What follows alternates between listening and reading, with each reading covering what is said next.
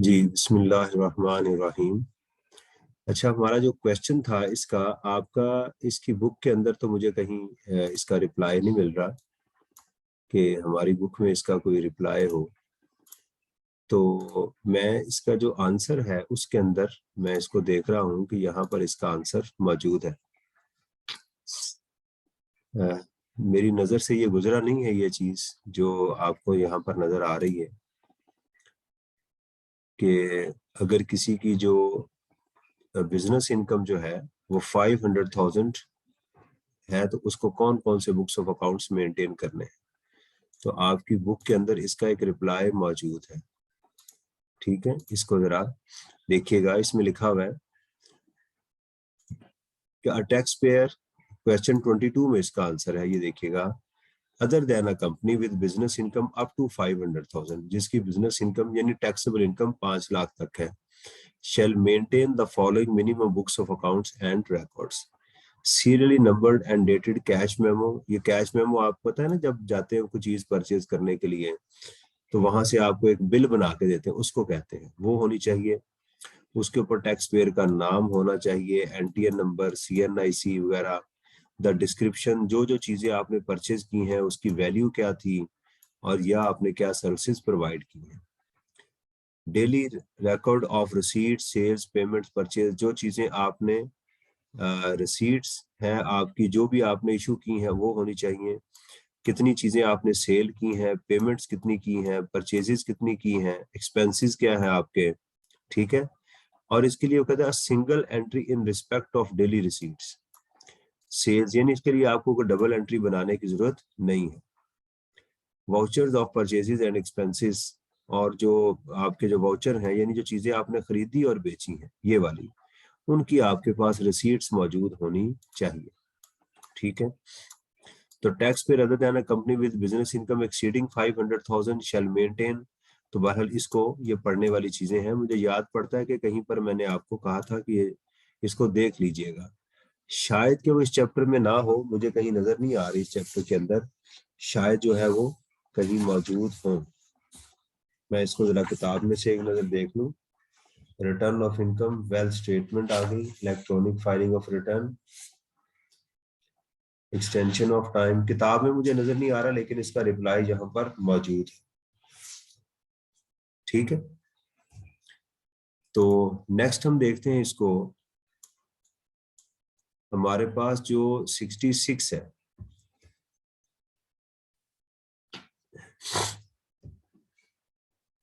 इसमें देखिएगा क्वेश्चन 66 मार्च 2019 में आया हुआ है। पहले रिक्वायरमेंट देखें, state the procedures that he should follow for filing of appeal to the commissioner. Commissioner के पास अपील करने के लिए उसको क्या चीज, किस चीज को फॉलो करना है। सबसे पहले तो वो टेक्स्ट देगा, आप इस क्वेश्चन का आंसर लिखेंगे और उसके अंदर उसने कोई खास बात जो है वो यहाँ पर लग रहा है कि आप इसका रिप्लाई एग्जाम के अंदर जनरल रिप्लाई कर सकते हैं, कोई ऐसा उसमें इशू नहीं है, जनरल रिप्लाई भी हो सकता है। एनी हो, एक नजर इसको देख लेते हैं। Mister S A has received an x party assessment order.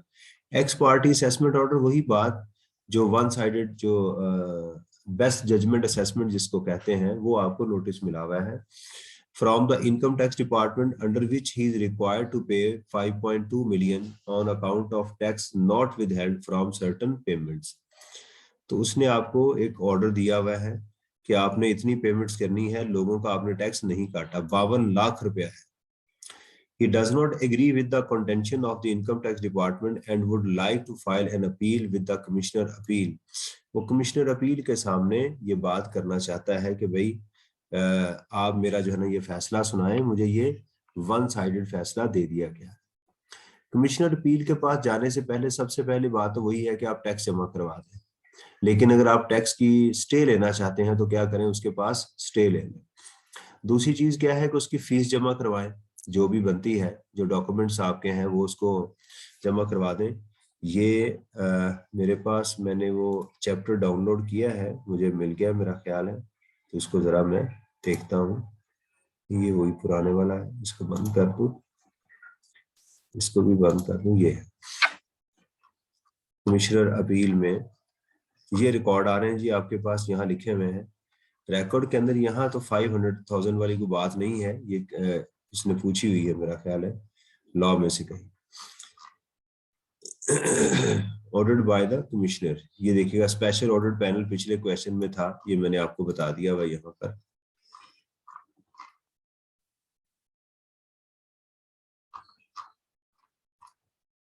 Commissioner appeal ये आ रहा है, तो आप क्या करेंगे, सबसे पहले 30 डेज के अंदर अंदर आप उसको बताएंगे जी हमने अपील फाइल करनी है, उसकी आप जो टैक्स है वो जमा करवाएंगे, ठीक है, और ये चीजें आपने जमा करवानी है, उसकी रीजन वगैरह, और आप अपील में चले जाएंगे, ठीक है। ये जरा रादर एक आसान क्वेश्चन था, लेकिन इसका आंसर देखते हैं कि एग्जामिनर ने इसका आंसर क्या किया हुआ है, ठीक है। क्वेश्चन 66 का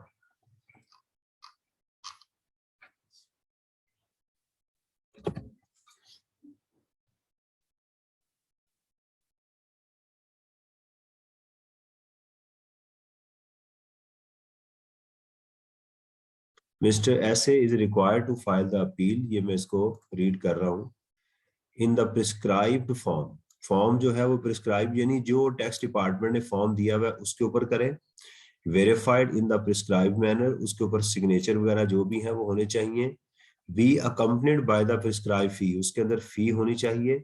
अच्छा, ये प्रिस्क्राइब, प्रिस्क्राइब से क्या मुराद है, अगर आपको फीस का पता है तो लिख दें, अदरवाइज आप ये वर्ड यूज एग्जाम में कर सकते हैं। प्रिस्क्राइब यानी जो लॉ में लिखी हुई, जो लॉ में प्रिस्क्राइब्ड है उसको लिख सकते हैं।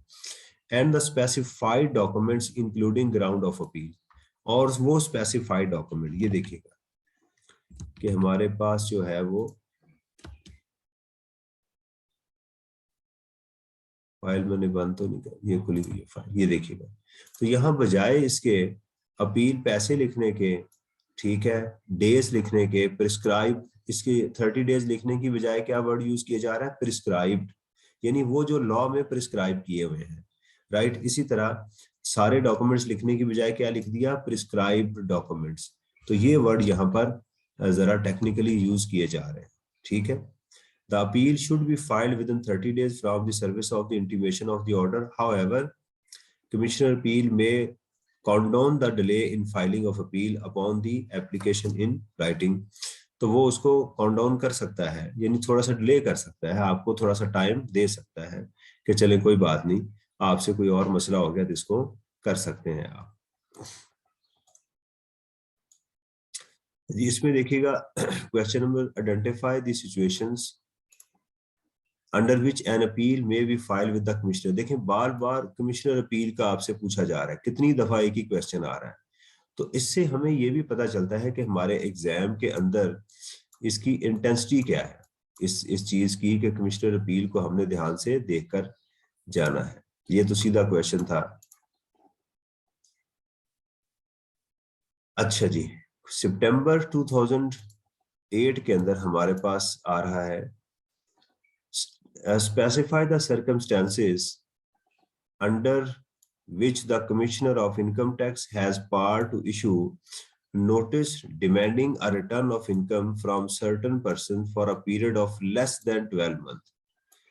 ठीक है, किन हालात के अंदर, देखें नॉर्मली 12 मंथ की रिटर्न ही फाइल होती है, लेकिन पूछा आपसे जा रहा है कि अंडर व्हाट सर्कमस्टांसेस कमिश्नर आपसे ये कह सकता है कि अभी पूरे 12 माह यानी साल कंप्लीट नहीं हुआ तो आप फिर भी रिटर्न फाइल करें। तो उसके अंदर क्या क्या सिचुएशंस हैं, इसमें नंबर 1 के, अच्छा इसमें दूसरा सवाल भी देखिएगा, also state the powers of commissioner if such person fails to furnish the return as required within the specified period, कि अगर वो रिटर्न फाइल ना करे तो फिर क्या है, तो फिर कमिश्नर उसको जो है वो क्या करेगा, उसकी बेस्ट जजमेंट असेसमेंट कर सकता है। हमने पढ़ा ना बेस्ट जजमेंट असेसमेंट के अंदर कि कमिश्नर जो है वो किसी शख्स को ये कह सकता है कि आप ये जो है ना रिटर्न फाइल करें, अगर वो रिटर्न फाइल नहीं करता उसको नोटिस जाता है, ठीक है, और रिटर्न फाइल करने का नोटिस कितनी दिनों के लिए हो सकता है, विद इन, उसमें डेफिशिएंसी का 180 डेज के अंदर, ये बात आपने ज़हन में रखनी है। अगर किसी रिटर्न में डेफिशिएंसी होगी तो 180 डेज का नोटिस उसको इशू किया जा सकता है, लेकिन रिटर्न फाइल करने का जो नोटिस है वो पिछले 5 सालों तक आपको इशू किया जा सकता है, जिस साल में मौजूद है इससे पीछे 5 सालों तक आपको नोटिस इशू किया जा सकता है। तो कमिश्नर के पास क्या है कि आपकी फिर बेस्ट जजमेंट असेसमेंट करते हैं, ठीक है। अगर कोई शख्स रिटर्न फाइल नहीं करता नोटिस के बाद, तो फिर इसको क्या किया जा सकता है उसका। तो इसका आपने एग्जाम में 2 आंसर करने हैं, एक आंसर एक पैरा में नहीं, आंसर ऐसे ऐसे आपने करना। उसने 2 बातें पूछी हैं, आपने 2 ही आंसर यहाँ पर वो करने हैं। स्पेसिफाई द सर्कमस्टांसिस के अब दोबारा इसी बात के ऊपर आते हैं कि उसने हमसे सवाल क्या किया था। नंबर 1, अगर कोई शख्स अपना कारोबार बंद कर दे, ठीक है, तो उसको कमिश्नर कह सकता है कि जनाब आप अपनी रिटर्न को फाइल करें। If a person living Pakistan, अगर वो पाकिस्तान छोड़ के जा रहा है तो उससे भी कहा जा सकता है कि आप अपनी जो है ना रिटर्न फाइल करें। इसी तरह नॉर्मली जो शख्स अपना टैक्स पीरियड चेंज करते हैं ना, तो वो भी लेस देन 12 मंथ के ऊपर ही करते हैं, ठीक है। इसका आंसर देखते हैं कि एग्जामिनर इसको कैसे रिप्लाई कर रहा है। क्वेश्चन कौन सा था जी हमारा? क्वेश्चन 64। ये इसका जी रिप्लाई है। The commissioner may give notice to any person or his representative to file return of income for a period of 12 months where the person has died, bankrupt, gone into liquidation or is about to leave Pakistan permanently। इसके अंदर एक और भी बात आप लिखते हैं कि अगर वो बिजनेस बंद कर गया है तो फिर उसको करनी पड़ेगी। लेकिन ये कमिश्नर के पास है कि वो अगर वो बैंकरप्ट हो चुका हुआ है और वो लिक्विडेट हो रहा है, उसका कारोबार बंद हो रहा है, पाकिस्तान छोड़ के जा रहा है, या वो मर गया, तो जब मर गया तो जाहिर बात है कि उसके रिप्रेजेंटेटिव को ही नोटिस दिया जाएगा कि भाई आप जो है इसको करें। अच्छा, अगला देखिएगा रिप्लाई क्या है। मैं तो एग्जाम में कहता हूं कि आप हेडिंग दे के लिखा करें, ठीक है। यहाँ यानी हेडिंग देनी चाहिए notice for less than 12 month, यहाँ देनी चाहिए the par with the commissioner. तो 2 अलग अलग हेडिंग के साथ हमें रिप्लाई करना चाहिए। If the person fails to file return of income required as above, he has power to pass an assessment order under best judgment assessment। ये हम करेंगे इंशाल्लाह। अल्लाह के घर में उम्मीद है कि कम से कम 5 नंबर जो है हमें यहाँ से मिल जाएंगे। 10 में से 6 में से हो सकता है पूरे के पूरे 6 ही वो दे दे, या हो सकता है कि वो 5 हमें इसमें से वो नंबर कम से कम दे दे, दोनों बातों का। तो बात बार बार वही आपके से कर रहा हूँ बेटा कि आप लोगों ने क्या करना है। करना ये है कि क्वेश्चन को देख के उसके मुताबिक रिप्लाई करना है। आपने हर जगह ये नहीं सोचना कि जैसे किताब में लिखा हुआ है वैसे ही रट्टा लगा देंगे। ये प्रोफेशनल एग्जाम है। ये क्या है? प्रोफेशनल एग्जाम है, और प्रोफेशनल एग्जाम के अंदर प्रोफेशनल ही आंसर करना पड़ता है, ये चीज है, ठीक है जी। चलें जी आगे चलते हैं। सितंबर 2018 का एक क्वेश्चन मौजूद है। कहता है जी, Kaleem limited is a listed company and is accounting its accounting year is this 30th June है। KL is now considering to change its accounting year from 30th June to 30th September। ये section 74 की बात हो रही है जो chapter number 1 के अंदर आपको याद होगा हमने पढ़ा था। कहते हैं जी, under the provision of this briefly describe normal, special and transitional tax year. तो बिल्कुल ठीक है, आपने इसको नॉर्मल को बताना है एग्जाम में, स्पेशल को और ट्रांजिशनल को। तो देखें नंबर कितने इसके, देयर आर 6 मार्क्स। इसका मतलब आपको 2, 2 और 2 है, तो तीनों की हेडिंग देके आप बताएंगे तो इंशाल्लाह इसके मार्क्स मिल जाएंगे। चेंज का तो उसने भी पूछा ही नहीं है, उसने सीधी बात की है कि डिस्क्राइब करें, तो यहाँ चेंज करने की बात करेंगे तो आंसर गलत होगा। तो इसका रिप्लाई आप क्वेश्चन में कैसे करेंगे? आप लिखेंगे क्वेश्चन नंबर 2 और उसका पार्ट ए लिखेंगे, फिर उसका हेडिंग देके आंसर करेंगे। 2 पे आते, state the requirements regarding the change in the tax year from normal to special. कैसे करेंगे? आप एप्लीकेशन देंगे, वो सारे स्टेप्स आपने लिखने हैं। आप एप्लीकेशन देंगे, उस एप्लीकेशन के अंदर अपनी जरूरत बताएंगे, या that you are in dire need of change of tax year. Commissioner आपको जो चेंजेस कहेगा आप वो चेंजेस इनकॉर्पोरेट करेंगे और अपना टैक्स ईयर आप चेंज कर लेंगे। और कमिश्नर चाहे तो आपको इजाजत दे दे, चाहे तो इजाजत ना दे। और अगर वो आपको इजाजत ना दे तो फिर आपने FBR को अप्लाई करना है, ये पढ़ लीजिएगा, उसके अंदर ये बात चैप्टर नंबर 1 में ये बात लिखी हुई है। आगे है जी, state the tax year corresponding to the income year ending 30th September and the due date for filing of return of income. ये देखिएगा, ये उसने एक बात की है थोड़ी सी different. Tax year corresponding to the income year ending 30 September, इसका जो है वो टैक्स ईयर कौन सा होगा इसका, and the due date for filing of return. Individual जो केएल लिमिटेड है, इसका मैं आपको बता चुका हूं कि कंपनी की 2 डेट्स होती हैं, सितंबर और दिसंबर। वो कंपनीज जिनकी डेट जो है, वो कंपनी जिनकी डेट हमारी क्लोज हो रही होती है, मैं यहाँ पर ट्राई करता हूँ लिखने की, वो कंपनी जिनकी डेट्स क्लोज हो रही होती है 1 जुलाई से टू 31 ऑफ दिसंबर तक, उनकी लास्ट डेट क्या होती है, सितंबर। मैं थोड़ा सा इधर करके आपको लिखूं, उनकी डेट क्या होती है, 30 ऑफ सितंबर, ठीक है। और वो कंपनीज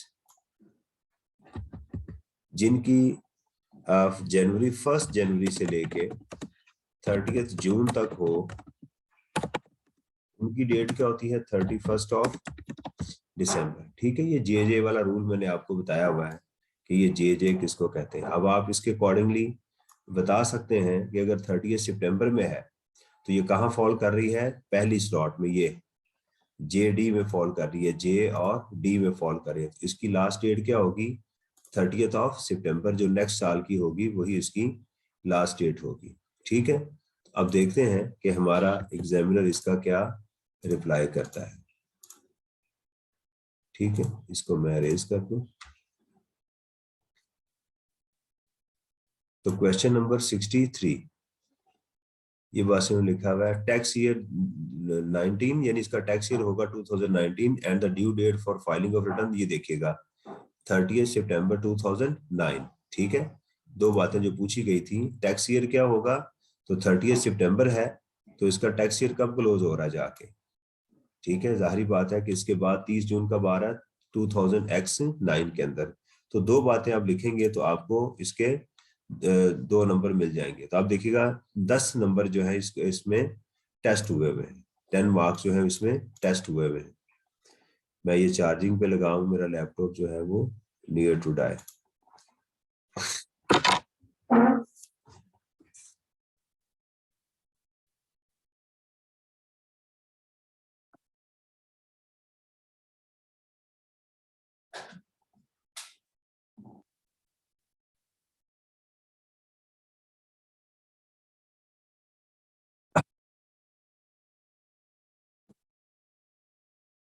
जी, तो ये देखिएगा, ये हमारे पास तो ये तकरीबन सिर्फ इसमें एक चीज थी हमारे रिटर्न असेसमेंट और अपील की, बाकी सेक्शन 74 से पूछा गया था। अब ये देखिएगा कि एक इसमें क्वेश्चन और है, ये हम लास्ट इसका क्वेश्चन करते हैं, फिर बाकी इंशाल्लाह बाद में करेंगे। इसके ऊपर भी कुछ नजर आ रहा है हमें, ये देखिएगा एक और क्वेश्चन रिकॉर्ड का आया हुआ 2018 के अंदर, कौन कौन से रिकॉर्ड, सैलरी के लिए क्या होना चाहिए, भाई जाहिर बात है सैलरी स्लिप होनी चाहिए आपके पास, ठीक है, और एडवांस टैक्स की स्लिप वो होनी चाहिए। अगर आपकी इनकम फ्रॉम प्रॉपर्टी है तो उसके लिए क्या होना चाहिए, जो आपने उसका टैक्स विद हेल्ड किया उसकी रिसीट आपके पास होनी चाहिए, और जो आपकी इनकम आई है उसका चेक वगैरह जो है, जो भी रिकॉर्ड आपने मेंटेन किया वो होना चाहिए। कैपिटल गेन्स के रिगार्डिंग क्या होनी चाहिए आपके पास, कैपिटल गेन्स जो आपको आया है, आपकी परचेज की रिसीट, सेल की रिसीट, ठीक है, जो टैक्स आपने पे किया हुआ है उसके आपके पास डॉक्यूमेंट्स होने चाहिए, ये है। तो ये रिकॉर्ड को देखिएगा। अच्छा यहाँ देखिएगा, identify due date of filing of tax return in each of the following cases under the provisions of income tax ordinance. तो ये देखिएगा इसकी कौन कौन सी डेट होंगी। सबसे an individual whose entire income falls under FTR, भाई एफटीआर में हो या एनटीआर में हो, उसकी 30 सितंबर होती है, ठीक है, उसकी 30 सितंबर होती है। आगे चले,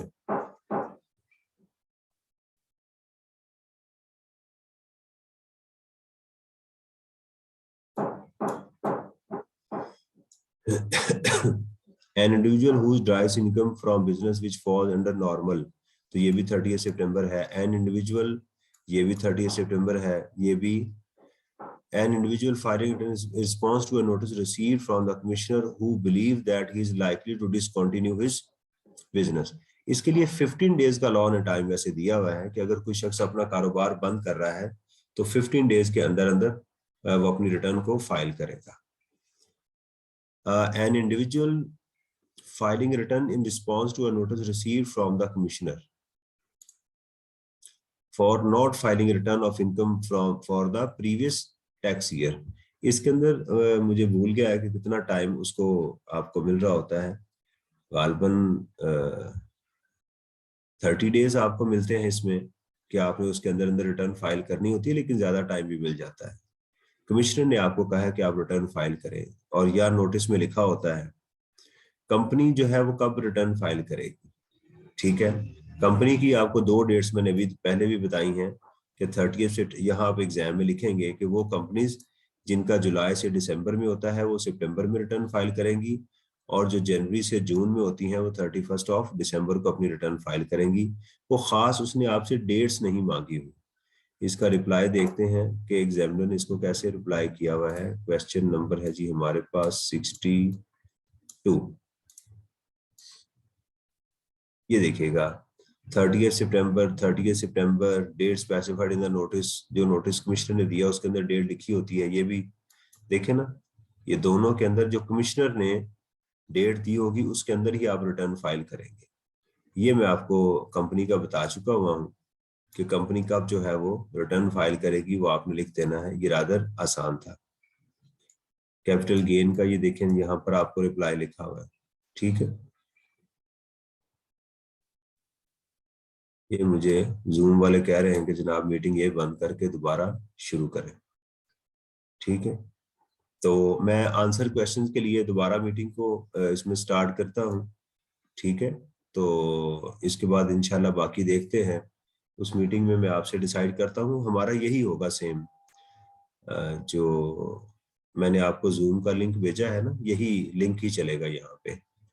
ठीक है, उसके रिगार्डिंगली ही हम इसको वो बात करेंगे. ठीक है, इसको मेंड करता हूँ. दोबारा मैं ओपन करूंगा क्वेश्चन आंसर के लिए और सेल्स टैक्स के लिए. जो भी हमने बात करनी है वो नेक्स्ट मीटिंग में हम करते हैं. ठीक है,